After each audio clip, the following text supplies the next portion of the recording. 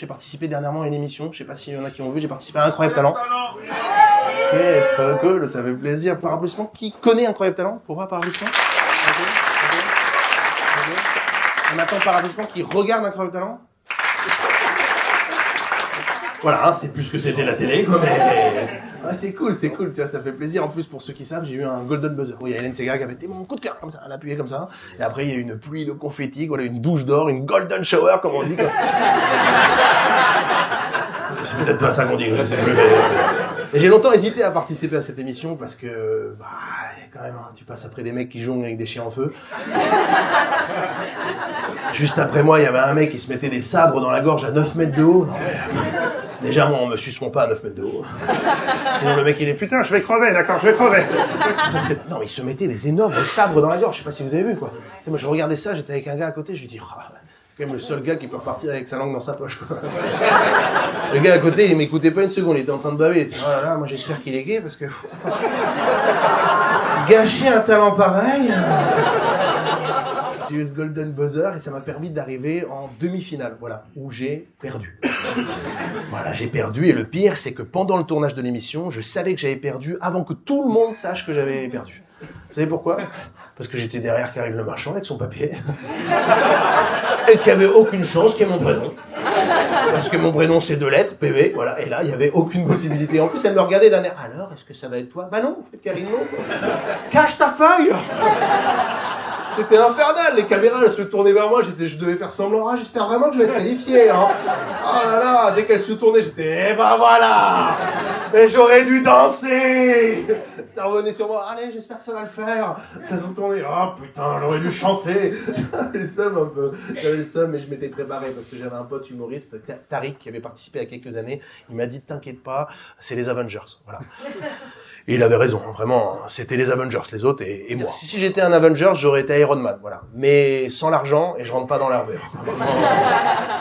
Vraiment, je pense que cette émission, elle pourrait vraiment être présentée comme ça. Lui, il vole dans les airs, en se mettant les sabres dans la gorge. Une seule erreur, et il meurt. Lui, il monte à une échelle à 12 mètres de haut en équilibre. Une seule erreur, et il meurt. Ils survolent le ciel ensemble dans une communion incroyable. Une seule erreur, et il meurt. Lui, c'est le bébé. Il est gros et un peu marrant. Une seule erreur. On le coupera au montage. Lui, il est magicien. Enfin, vous avez compris l'idée, quoi. Non, mais c'est vrai, tu vois. C'est une émission de fou, quoi. Sartek au jury, quoi. Non, mais bravo au jury, quoi. Vraiment bravo au jury, parce que c'est pas facile de juger, quoi. Des arts qui sont aussi différents. Mais bon, ils ont quand même décidé d'emmener en finale un mec qui monte à une échelle. Alors attention, il monte à une échelle en équilibre et ils l'ont vu 4 fois, le mec. Et bon, ils l'ont vu aux auditions à plusieurs reprises. Alors, tu le vois une première fois, c'est vrai que c'est... Le gars monte à 12 mètres en équilibre sur une échelle, c'est impressionnant. Tu le vois une deuxième fois, il monte sur une échelle un peu plus haute. Ah, et ça, c'est incroyable.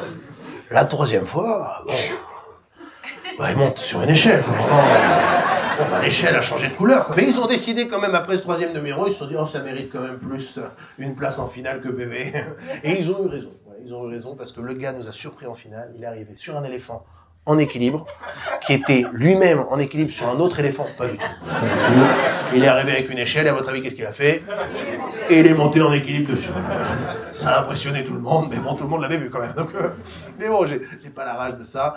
Je suis content. Ah, vous l'avez pris comme ça, Non, mais c'était impressionnant. Mais moi, ça m'a fait rire un petit peu sur ce principe-là. C'est difficile de prouver que l'humour a sa place dans la France à Incroyable Talent, parce qu'on a tous un pote drôle.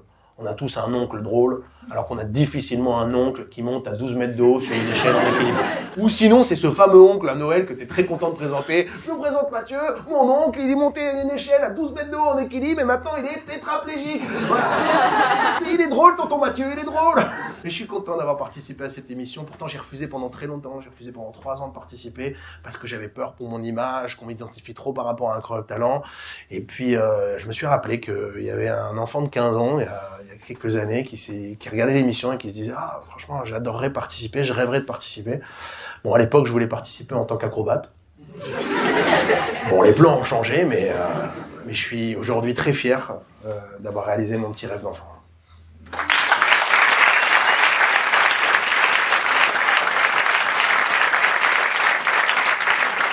Merci beaucoup les amis.